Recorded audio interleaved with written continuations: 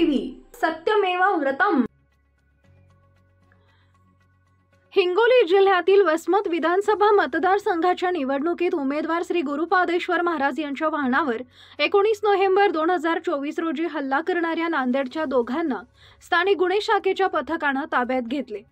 गुरुपादेश्वर महाराजांना विधानसभा निवडणुकीत मतदारांची सहानुभूती मिळावी यासाठी हल्ला करण्यात आल्याची कबुली दोघा आरोपींनी दिल्याची माहिती पोलिसांनी प्रेस नोटमध्ये दिली आहे। या गुन्ह्यात आणखी काही आरोपींचा सहभाग आहे का याबाबत पोलीस तपास करत आहेत। पोलिसांनी दिलेल्या माहितीनुसार वसमत विधानसभा मतदारसंघात गिरगाव मठाचे मठाधिपती श्री गुरुपादेश्वर महाराज हे विधानसभा निवडणूक रिंगणात होते।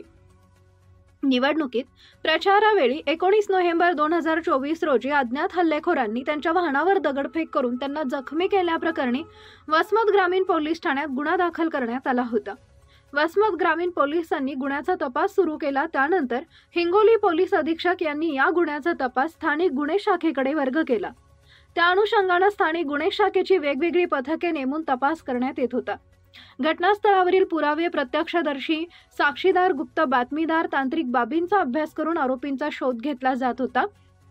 दरम्यान श्री गुरुपादेश्वर महाराजांचे वाहन फोडणारे दोघे नांदेड येथील असल्याची माहिती पथकाला मिळाली होती।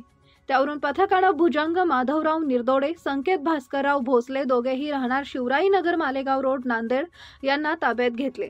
त्यांच्याकडे चौकशी केली असता त्यांनी गुरुपादेश्वर महाराजांना मतदारांची सहानुभूती मिळावी या उद्देशाने नांदेड येथील आमच्या ओळखीचे स्वामी यांच्या सांगण्यावरून गुरुपादेश्वर महाराजांचे वाहन फोडल्याचे सांगितले। पोलिसांनी दोघांनाही ताब्यात घेतलं असून या गुन्ह्यात आणखी काही आरोपींचा सहभाग आहे का याबाबत तपास सुरू आहे।